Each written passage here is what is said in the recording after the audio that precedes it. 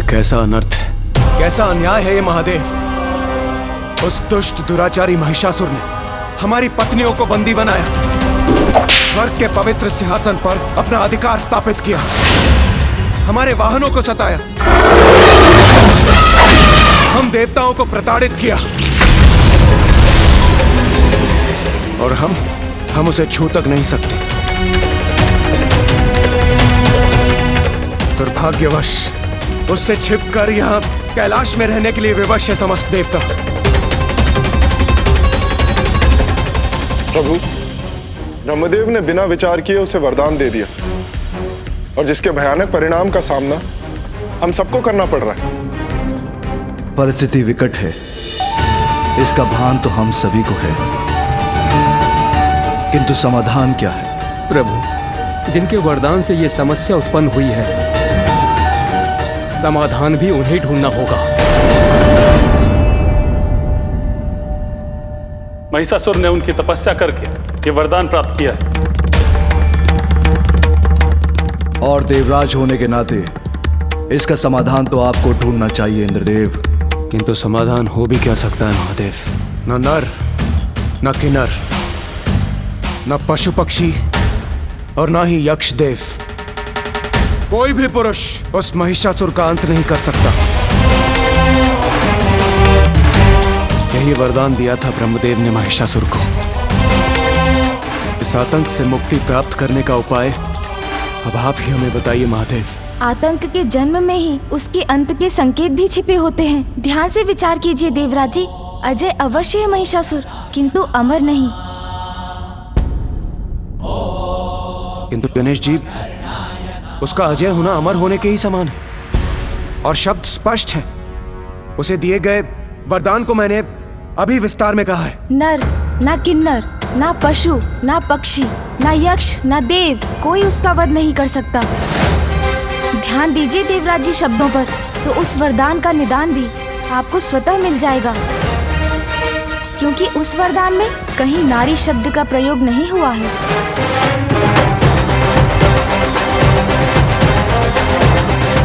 पुरुष महिषासुर का वध नहीं कर सकते, किंतु बात यदि नारी की हो तो देवता, यक्ष, किन्नर, गंधर्व, मनुष्य, पशु पक्षी या कोई भी अन्य चराचर जीवों के पुरुष मेरा वध न कर सके। स्त्री क्या है? एकमात्र अपना नारी है। तो बलहीन नारी से सुरक्षा का वरदान मांगकर मैं क्यों करूं अपना अपमान ब्रह्मदेव? मैं कुछ समझा नहीं प्रथम पूज्य श्री गणेश जी। जो प्रारंभ से ही स्पष्ट है वो आप सभी क्यों नहीं समझ पा रहे हैं? ये मेरी समझ से परे है। समाधान, समाधान, समाधान। क्या हम इस समस्या का समाधान ढूंढ भी रहे हैं? एक दूसरे पर आरोप प्रत्यारोप कर आप सभी वो समाधान ढूंढने का प्रयास कर रहे हैं जो आरंभ से ही आपके समक्ष है। महिषासुर रूपी संकट का समाधान है नारी शक्ति। इस दुष्टता का समाधान है नारी की कोमलता, जिसे संपूर्ण जगत अबला मानता है। उसका बल, उसका समर्पण, उसकी निष्ठा से उत्पन्न शक्ति ही है इस संकट का समाधान। अब भी समझ में नहीं आया देवराज जी? तो और स्पष्ट करता हूँ मैं। महिषासुर के आतंक से जो हमें मुक्ति दिला सकती है वो है माँ।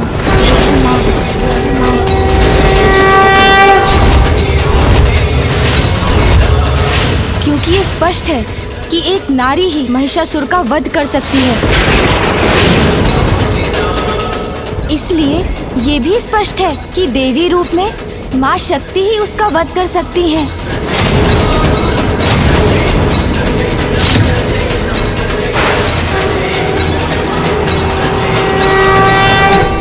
देवी शक्ति अर्थात माता पार्वती, किंतु महादेव ये किंतु क्या देवराज? पिताश्री ने माँ को उनकी भूल के प्रायश्चित के लिए कैलाश से दूर अवश्य भेजा, किंतु इससे उनकी महत्ता तो कम नहीं हो जाती देवराज। माँ सदा ही जगत जननी रही हैं। नहीं गणेश जी, इंद्रदेव का ये अर्थ नहीं था। मैं ये समझ सकता हूँ सूर्यदेव, एक छोटी सी भूल का प्रायश्चित करने पिताश्री ने माँ को यहाँ से भेज क्या दिया? आप सभी उनके अस्तित्व को ही भुला बैठे। गणेश, क्षमा कीजिए पिताश्री, किंतु आज जो मेरे मन में है वो बोल कर ही रहूंगा। माँ की आवश्यकता है तो वो जगत जननी महाशक्ति महाकाली बन जाती है, किंतु मैं स्तब्ध हूँ। यहाँ उपस्थित सभी को भली भांति ज्ञात है कि एकमात्र माँ ही है जो हमें महिषासुर से मुक्ति दिला सकती है। और तब भी आप सभी उनका नाम लेने से झिझक रहे हैं। आप ही बताइए पिताश्री, कौन है वो नारी जिनका क्रोध प्रलयंकारी बन सकता है?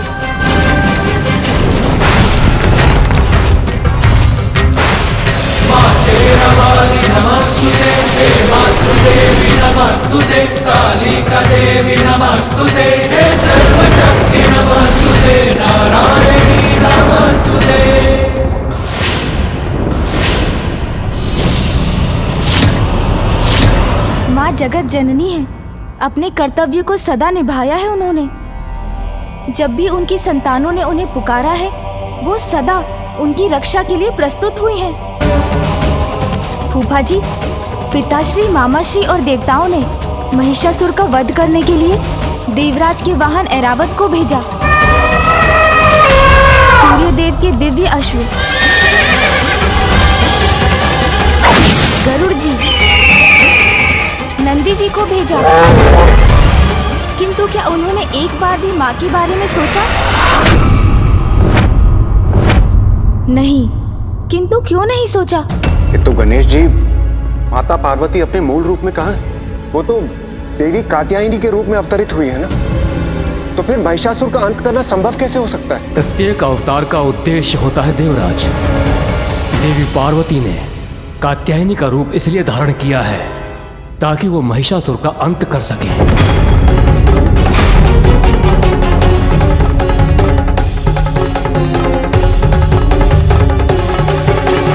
महादेव, यदि देवी कात्यायनी हमें महिषासुर के आतंक से मुक्ति दिला सकती है तो हमें अविलंब उनका आवाहन करना चाहिए।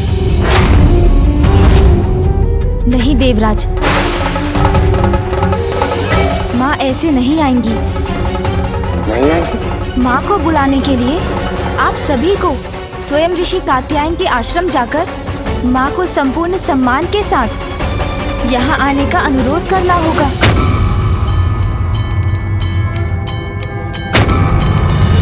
चंद्र भी पूर्ण हो गया बन के माथे की शोभा,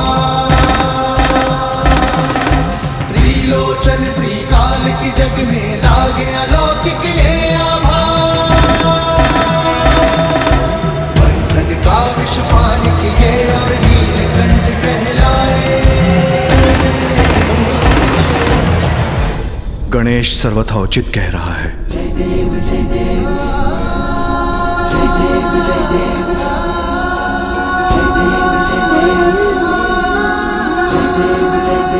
यही करना होगा हमें,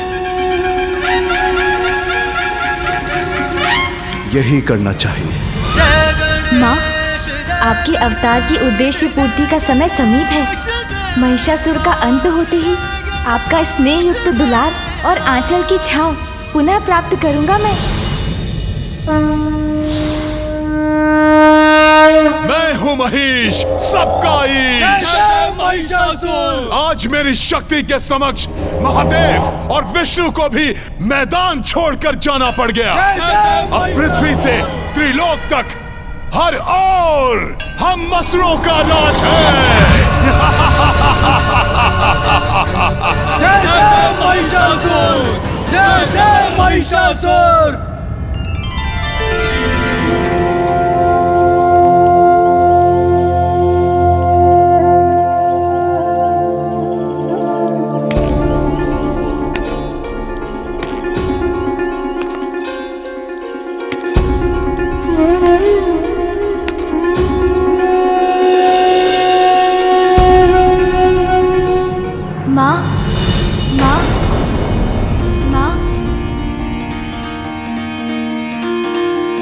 पार्वती के मन में उमड़ी माँ प्रणाम। माँ की गोद में आए विघन हरता। पार्वती के मन में उमड़ी ममता। माँ की गोद में आए विघन हरता। माँ देखिए कौन आया है आपसे भेंट करने।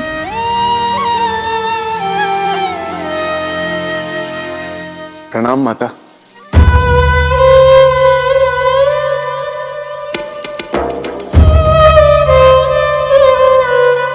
माँ की दृष्टि अवश्य पिताश्री को ही ढूंढ रही है।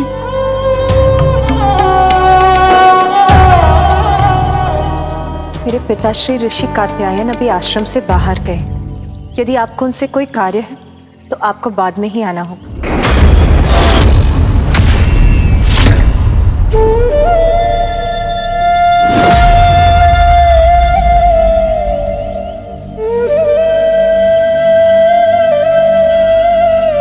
मुझे क्षमा करें देवी कात्यायनी,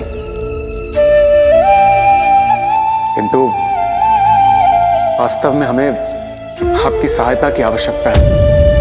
हाँ माता, हमें आपकी सहायता की आवश्यकता है।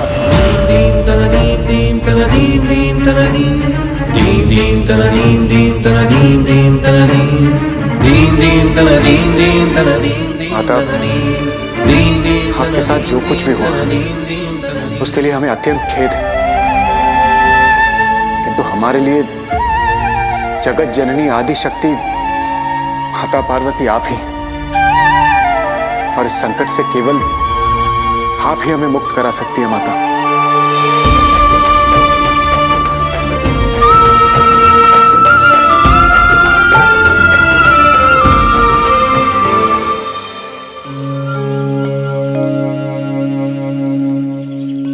माँ आपने ही मुझे बताया था कि आपके द्वारा देवी कात्यायनी का अवतार लेने का एक बड़ा उद्देश्य है।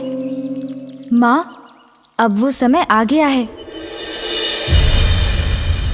माँ एक अति शक्तिशाली असुर महिषासुर ने संपूर्ण जगत में आतंक का साम्राज्य स्थापित कर रखा है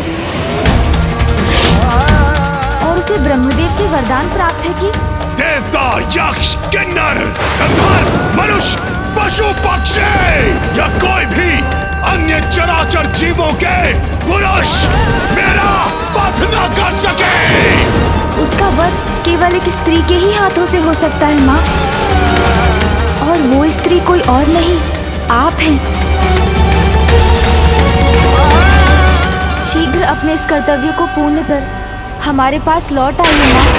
करे हम माँ कात्यायनी, सुन लो विनय दुष्टा संहारिणी। तुम हो सुमुख संग माता सबकी, माता हरो पीड़ा सब जन की। तुम ममता मई नेह की धारा, तुम संपूर्ण सुदृढ़ सहारा। जिस उद्देश्य ये रूप धरा है वो उद्देश्य अपूर्ण खड़ा है। उमा स्वरूपा हे कात्यायनी, नाश करो महिषासुर दंभी। विनती करे हम माँ कात्यायनी, सुन लो विनय दुष्टा संहारिणी।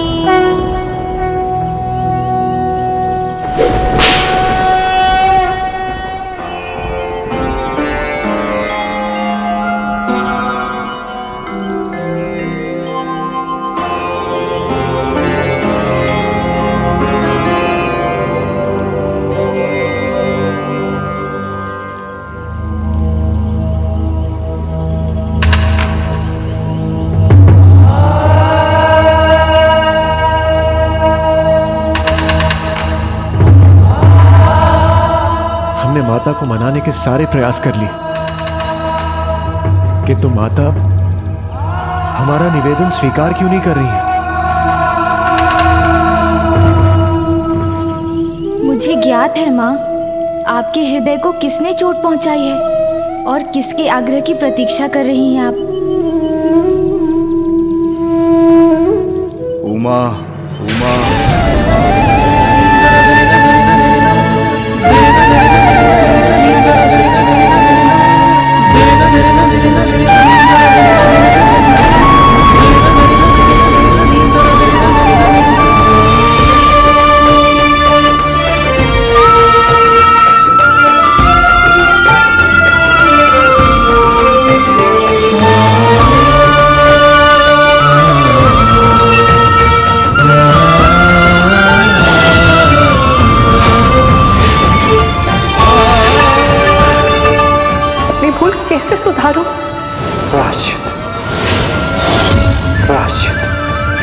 मुझे और पुत्र गणेश को छोड़ के जाना होगा। पुत्र गणेश को छोड़ के जाना होगा। पुत्र गणेश को छोड़ के जाना होगा।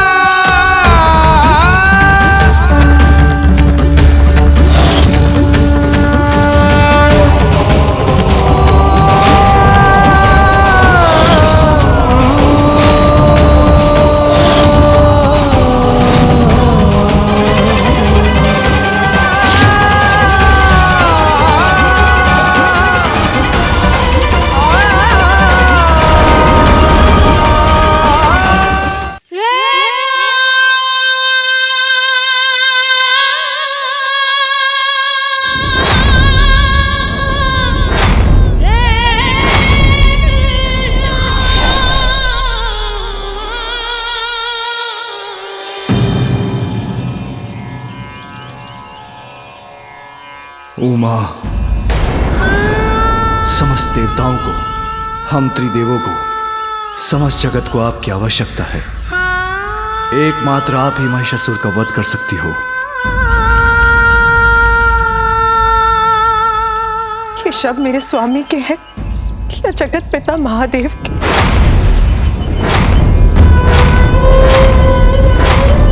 कौन कर रहा है ये निवेदन? मेरे स्वामी जो अपनी पत्नी से भेंट करने आए या महादेव जो देवताओं की और जगत की रक्षा के लिए मेरे पास आए?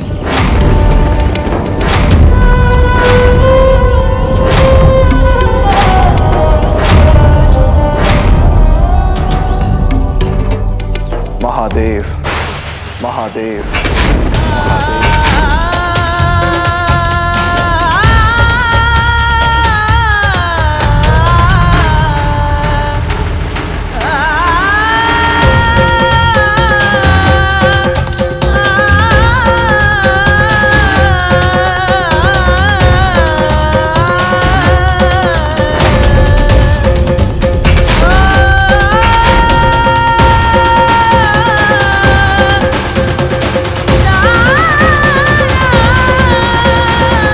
संसार के हित के लिए मैं महादेव आपसे आग्रह करता हूं कि देवी कात्यायनी आप महिषासुर का वध कीजिए।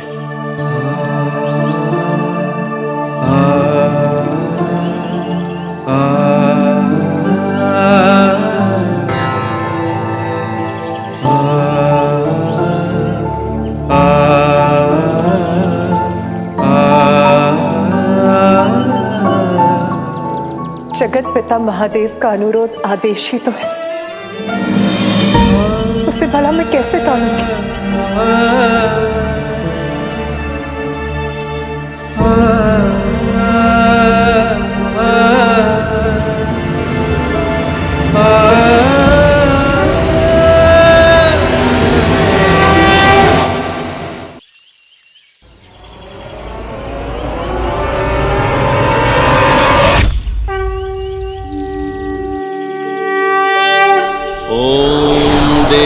कात्यायने नमः। चंद्रहासोज्ज्वलकरा शार्दूलवरदाना। कथा मान गई। अब स्वर्गलोक से संकट टलने वाला है। समस्त जगत अब महिषासुर के आतंक से मुक्ति पाएगा।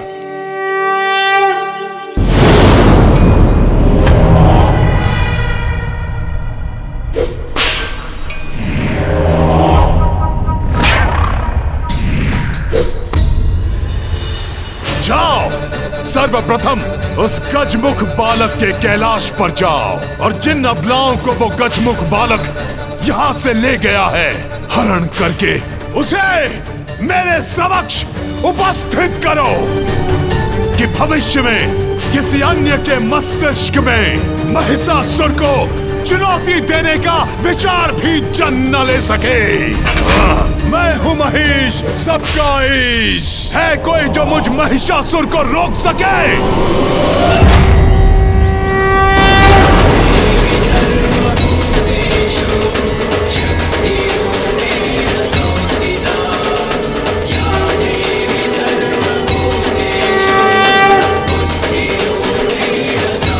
अंततः वो समय आ ही गया जब माँ स्वयं अपने हाथों से उस दुष्ट महिषासुर का वध करेंगी।